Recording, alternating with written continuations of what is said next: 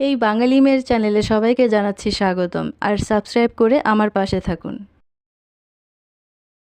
আসসালামু আলাইকুম বন্ধুরা, আশা করি সবাই খুব ভালো আছেন। আল্লাহর রহমতে আলহামদুলিল্লাহ আমিও খুব ভালো আছি। আর আজকে খাসির মাংস ভুনার ভিডিওটি আপনাদের সাথে শেয়ার করতে যাচ্ছি। আশা করি সবার কাছে খুব ভালো লাগবে। আর আমার কাছে খাসির মাংস তো খুব ভালো লাগে। আপনাদের কার কার কাছে খাসির মাংস পছন্দ কমেন্ট করে জানাবেন।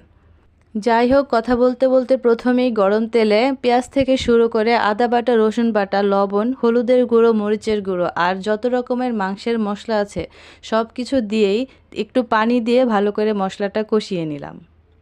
আর আমার রান্নার পাশাপাশি আপনারা যে যেখান থেকে আমার ভিডিওটি দেখছেন সবাইকে জানাচ্ছি অসংখ্য ধন্যবাদ। আর তার সাথে আমার নতুন নতুন ভিডিও পেতে লাইক, কমেন্ট, শেয়ার, সাবস্ক্রাইব করে আমার পাশে থাকবেন।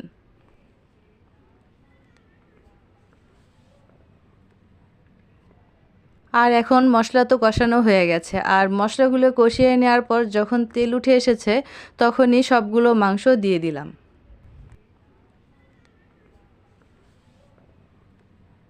আর সবগুলো মাংস দেওয়ার পর ভালো করে একটু নেড়ে একটু পানি দিয়ে ঢেকে দিলাম। আর একটু পরপর তো খেয়াল রাখতেই হবে।